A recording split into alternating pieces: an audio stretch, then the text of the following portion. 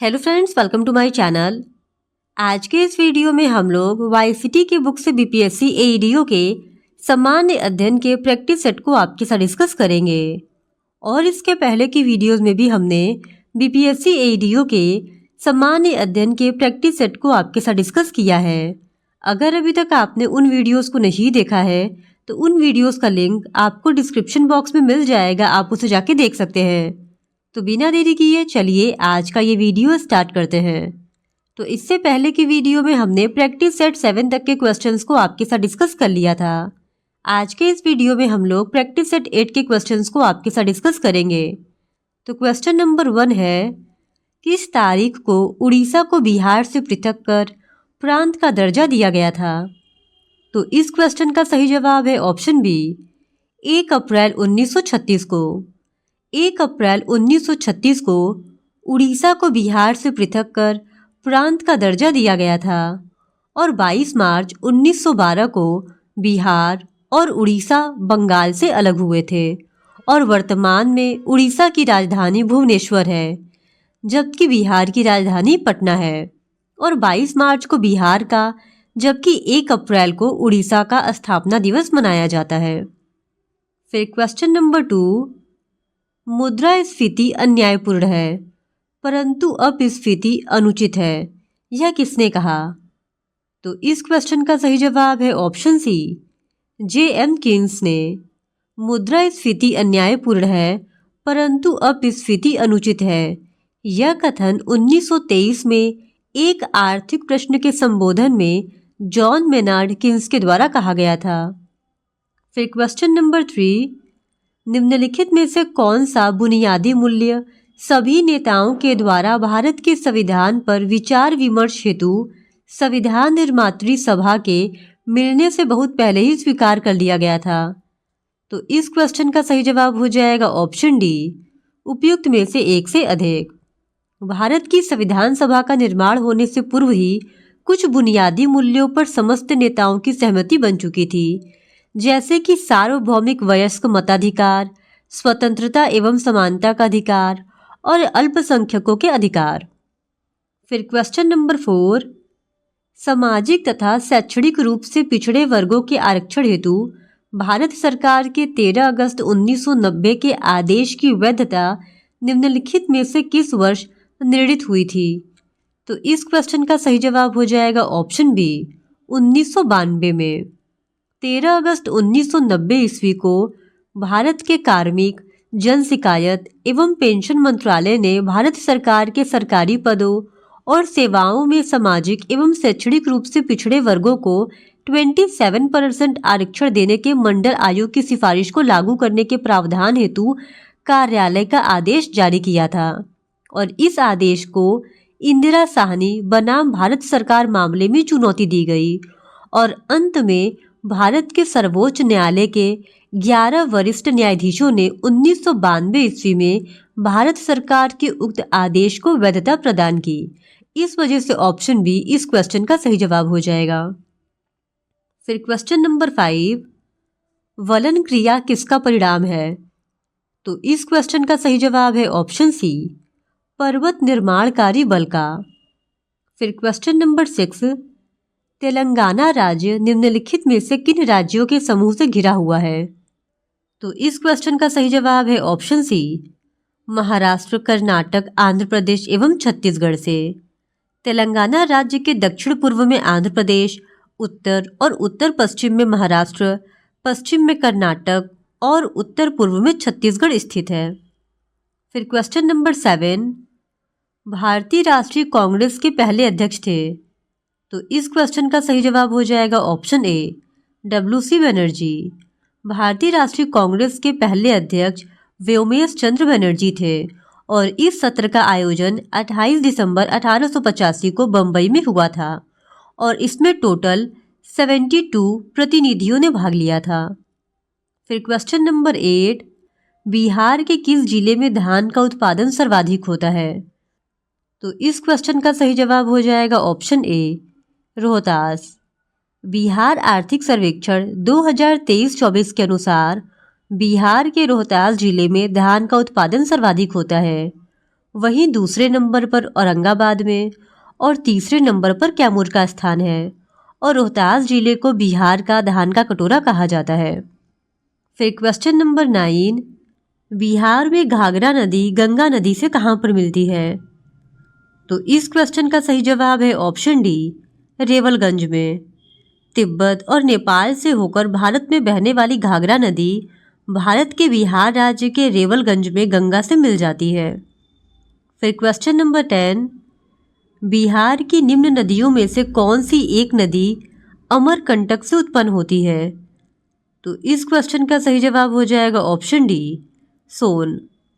फिर question number 11, Bihar में बहने वाली पवित्र नदी फाल्गु निम्नलिखित में से किन नदियों के संगम से बनती है? तो इस क्वेश्चन का सही जवाब हो जाएगा ऑप्शन ए, मोहाना और लीलाजन नदी।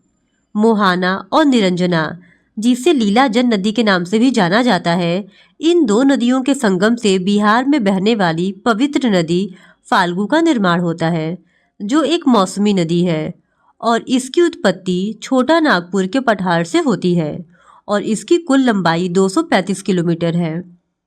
फिर क्वेश्चन नंबर 12, बिरसा मुंडा द्वारा किसको कमांडर इन चीफ नियुक्त किया गया था? तो इस क्वेश्चन का सही जवाब हो जाएगा ऑप्शन ई, उपयुक्त में से कोई नहीं। फिर क्वेश्चन नंबर 13, किस वर्ष बिहार प्रांतीय किसान सभा का गठन किया गया था? तो इस क्वेश्चन का सही जवाब हो जाएगा ऑप्शन सी, 1929 में। बिहार प्रांतीय किसान सभा का गठन 1929 में सहजानंद सरस्वती के द्वारा किया गया था। फिर क्वेश्चन नंबर 14, बिहार में 1781 के विद्रोह के बारे में निम्नलिखित में से कौन सा कथन सही है? तो इस क्वेश्चन का सही जवाब हो जाएगा ऑप्शन डी, उपयुक्त में से एक से अधिक। फिर क्वेश्चन नंबर 15, 1 गीगाबाइट बराबर होता है? तो इस क्वेश्चन का सही जवाब हो जाएगा ऑप्शन बी, 1024 MB के। फिर क्वेश्चन नंबर 16, कंप्यूटर प्रोग्राम में एक दोष जो इसे सही ढंग से काम करने से रोकता है, किसके रूप में जाना जाता है? तो इस क्वेश्चन का सही जवाब हो जाएगा option D, bug. Computer program में एक दोष जो कंप्यूटर को सही ढंग से काम करने से रोकता है, उसे बग के रूप में जाना जाता है। फिर क्वेश्चन नंबर 17, इटाई रोग किसके कारण होता है? तो इस क्वेश्चन का सही जवाब हो जाएगा ऑप्शन सी, कैडमियम के कारण। इटाई रोग कैडमियम के संपर्क में आने के कारण होता है। फिर क्वेश्चन नंबर 18, लवणता युक्त वातावरण प्रेमी पौधों को क्या कहते हैं? तो इस क्वेश्चन का सही जवाब हो जाएगा ऑप्शन डी, लवण मृदोद्भिद। फिर क्वेश्चन नंबर 19, लेग्यूमिनस पौधों में नाइट्रोजन स्थिरीकरण के लिए कौन सा वर्णक आवश्यक है? तो इस क्वेश्चन का सही जवाब है option B, leg haemoglobin. Leguminous पौधों में नाइट्रोजन स्थिरीकरण के लिए लेग हीमोग्लोबिन वर्णक आवश्यक है और लेग हीमोग्लोबिन फलीदार पौधों की गांठों में पाया जाता है। फिर क्वेश्चन नंबर 20, निम्न में से कौन सी क्रिया पृथ्वी पर हो रहे कार्बन चक्र में ऑक्सीजन को बढ़ाती है? तो इस क्वेश्चन का सही जवाब हो जाएगा ऑप्शन डी, प्रकाश संश्लेषण। फिर क्वेश्चन नंबर 21, किस एंजाइम की उपस्थिति में ग्लूकोज या फ्रक्टोज C2H5OH में परिवर्तित होता है? तो इस क्वेश्चन का सही जवाब हो जाएगा ऑप्शन बी, जाइमेज। फिर क्वेश्चन नंबर 22, दूध किसका घटिया स्रोत है? तो इस क्वेश्चन का सही जवाब हो जाएगा ऑप्शन सी, विटामिन सी का। दूध में विटामिन सी ना के बराबर पाया जाता है और जो पाया भी जाता है वो भी उसे उबालने के बाद नष्ट हो जाता है, इसलिए कहा जाता है कि दूध विटामिन सी का घटिया स्रोत है। फिर क्वेश्चन नंबर 23, निम्नलिखित में से कौन सा मुख्यतः कार्बोहाइड्रेट है? तो इस क्वेश्चन का सही जवाब आयोग के द्वारा ऑप्शन सी, चावल को दिया गया है, जबकि कार्बोहाइड्रेट के मुख्य स्रोत चावल, गेहूं, मक्का, ज्वार, बाजरा, जौ, शक्कर, गुड़, शहद, आलू, शकरकंद, चुकंदर, गन्ना, सलजम, केला, दूध ये सब है। यानी कि इस सवाल का सही आंसर होना चाहिए था ऑप्शन ई, उपयुक्त में से एक से अधिक। लेकिन जब ये क्वेश्चन पूछा गया था उस समय आयोग ने इस प्रश्न का सही उत्तर ऑप्शन सी चावल को माना है। फिर क्वेश्चन नंबर 24, जल में कौन बंद पाया जाता है? तो इस क्वेश्चन का सही जवाब है ऑप्शन डी, हाइड्रोजन बंद। जल में हाइड्रोजन बंद पाया जाता है। फिर क्वेश्चन नंबर 25, कौन सा यौगिक विंटर ग्रीन तेल कहलाता है? तो इस क्वेश्चन का सही जवाब हो जाएगा option D, methyl salicylate. Methyl salicylate एक कार्बनिक यौगिक है जिसका सूत्र C8H8O3 होता है और इसे ही विंटर ग्रीन तेल कहते हैं। फिर क्वेश्चन नंबर 26, यूरिया की पहचान की जा सकती है? तो इस क्वेश्चन का सही जवाब है ऑप्शन ए, बाईयूरेट परीक्षण के द्वारा। यूरिया की पहचान बाईयूरेट परीक्षण के द्वारा किया जाता है क्योंकि इसमें पेप्टाइड बंध होता है। फिर क्वेश्चन नंबर 27, निम्नलिखित में से कौन सी सिरके का संगठन है? तो इस क्वेश्चन का सही जवाब है ऑप्शन डी, पानी में एसिटिक एसिड का 5 to 8% घोल। फिर क्वेश्चन नंबर 28, नाभिकीय विखंडन किसके संघात के कारण होता है? तो इस क्वेश्चन का सही जवाब है ऑप्शन सी, न्यूट्रॉन के। नाभिकीय विखंडन मंद गति के न्यूट्रॉन के संघात के कारण होता है। फिर क्वेश्चन नंबर 29, आयोडीन कृत लवण में रहता है? तो इस क्वेश्चन का सही जवाब हो जाएगा ऑप्शन डी, पोटेशियम आयोडाइड। व्यापारिक स्तर पर आयोडीन युक्त नमक के निर्माण में मुख्य रूप से पोटेशियम आयोडाइड का प्रयोग किया जाता है और पोटेशियम आयोडाइड संरचना एवं भौतिक गुणों में लगभग खाद्य लवण के समान होता है। फिर क्वेश्चन नंबर 30, कार की बैटरी में प्रयोग होने वाला अम्ल है? तो इस क्वेश्चन का सही जवाब है ऑप्शन डी, सल्फ्यूरिक अम्ल। कार की बैटरी में सल्फ्यूरिक अम्ल का प्रयोग किया जाता है और इसका रासायनिक सूत्र H2SO4 है। फिर क्वेश्चन नंबर 31, प्लूटोनियम न्यूक्लाइड के नाभिक में न्यूट्रॉनों की संख्या होती है? तो इस क्वेश्चन का सही जवाब हो जाएगा ऑप्शन बी, 148। प्लूटोनियम न्यूक्लाइड के नाभिक में न्यूट्रॉनों की संख्या 148 होती है। फिर क्वेश्चन नंबर 32, प्रिज्म से गुजरने पर सबसे अधिक अपरिवर्तित होने वाला रंगीन प्रकाश है? तो इस क्वेश्चन का सही जवाब है ऑप्शन बी, बैगनी। फिर क्वेश्चन नंबर 33, अवतल दर्पण द्वारा बनाया हुआ प्रतिबिंब? तो इस क्वेश्चन का सही जवाब है ऑप्शन ई, उपयुक्त में से कोई नहीं, क्योंकि अवतल दर्पण द्वारा बनाया हुआ प्रतिबिंब वस्तु की स्थिति के आधार पर वास्तविक, आभासी और उल्टा हो सकता है। फिर क्वेश्चन नंबर 34, सितारों के चमकने की प्रकाशीय प्रक्रिया निम्नलिखित में से किसके कारण होती है? तो इस क्वेश्चन का सही जवाब है ऑप्शन बी, वातावरणीय अपवर्तन।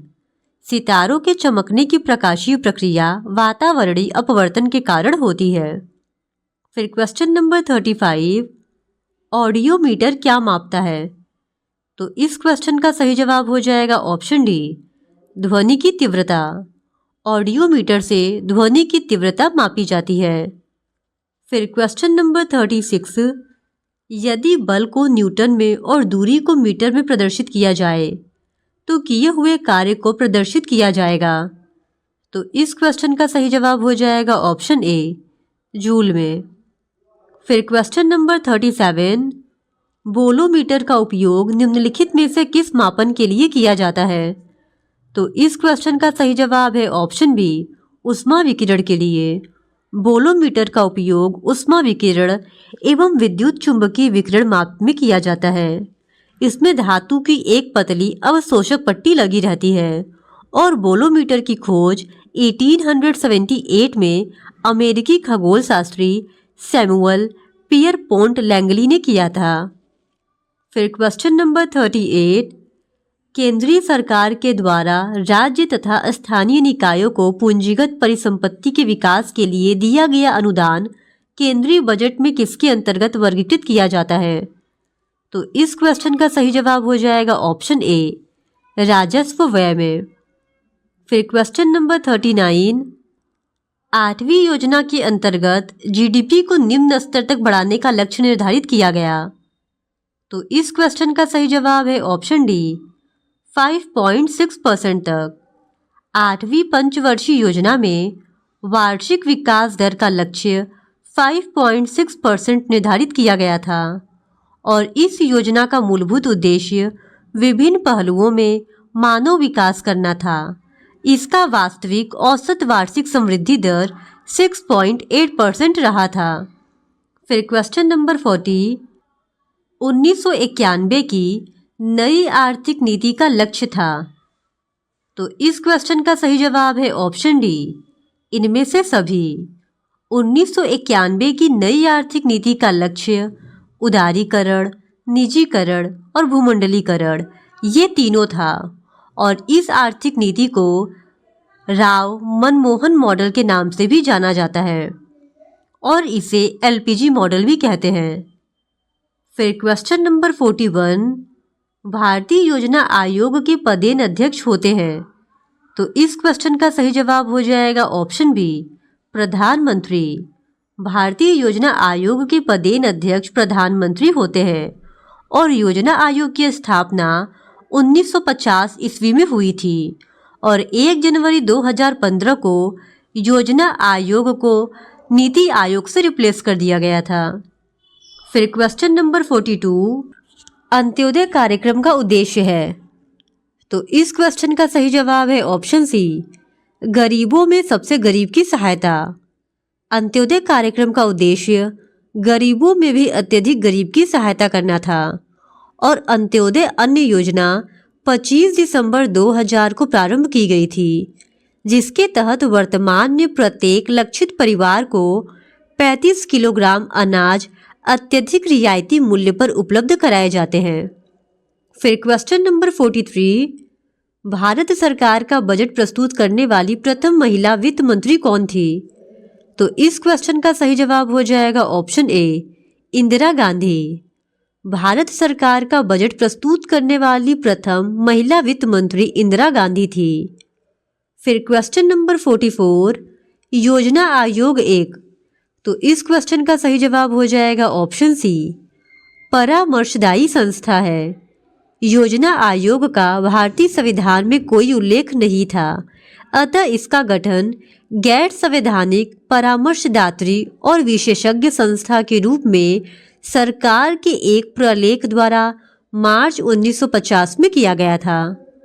फिर क्वेश्चन नंबर 45, पंचायती राज संस्थाओं को 29 कार्यों की सूची किस अनुच्छेद के तहत दी गई है? तो इस क्वेश्चन का सही जवाब हो जाएगा ऑप्शन डी, अनुच्छेद 243 क्लोज डी। फिर क्वेश्चन नंबर 47, भारत में महिलाओं के लिए किस राजनीतिक संस्था में स्थान आरक्षित है? तो इस क्वेश्चन का सही जवाब हो जाएगा ऑप्शन ए, पंचायती राज में। फिर क्वेश्चन नंबर 47, पंचायत के चुनाव कराने हेतु निर्णय कौन लेता है? तो इस क्वेश्चन का सही जवाब हो जाएगा ऑप्शन बी, राज्य सरकार। फिर क्वेश्चन नंबर 48, आमतौर पर भारत के प्रधानमंत्री होते हैं। तो इस क्वेश्चन का सही जवाब है ऑप्शन बी, लोकसभा का सदस्य। संविधान के अनुच्छेद 74 क्लॉज 1 में यह अभिव्यक्त रूप से कहा गया है कि मंत्रिपरिषद का प्रधान प्रधानमंत्री होगा, लेकिन सामान्यतः भारत के प्रधानमंत्री लोकसभा के सदस्य होते हैं। लेकिन यह एक अनिवार्य रूल नहीं है, यानी कि अगर वह राज्यसभा से भी आते हैं तो वो भारत के प्रधानमंत्री बन सकते हैं।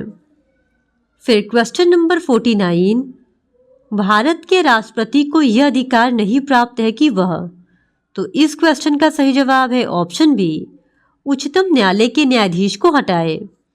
फिर क्वेश्चन नंबर 50, लोकसभा का नेता कौन है? तो इस क्वेश्चन का सही जवाब हो जाएगा ऑप्शन बी, प्रधानमंत्री। लोकसभा का नेता प्रधानमंत्री होता है और अनुच्छेद 74 के अनुसार राष्ट्रपति को उसके कार्यों एवं कर्तव्यों के संपादन में सहायता एवं सलाह देने के लिए एक मंत्रिपरिषद होगी, जिसका प्रधान प्रधानमंत्री होगा और राष्ट्रपति अपनी मंत्रिपरिषद की सलाह के अनुसार कार्य करेगा। यदि राष्ट्रपति चाहे तो वह मंत्रिपरिषद से एक बार पुनर्विचार करने के लिए कह सकता है, लेकिन वह ऐसे पुनर्विचार के बाद दी गई सलाह के अनुसार ही कार्य करेगा। तो इस वजह से ऑप्शन बी इस क्वेश्चन का सही जवाब हो जाएगा। तो आज के लिए बस इतना ही। बाकी के बचे हुए क्वेश्चंस का डिस्कशन हम लोग इस वीडियो के नेक्स्ट पार्ट में आपके साथ करेंगे। और अगर आप बीपीएससी एडीओ के इसी तरह और भी प्रैक्टिस क्वेश्चंस को देखना चाहते हैं तो please do subscribe to my channel and like this video. Thank you very much.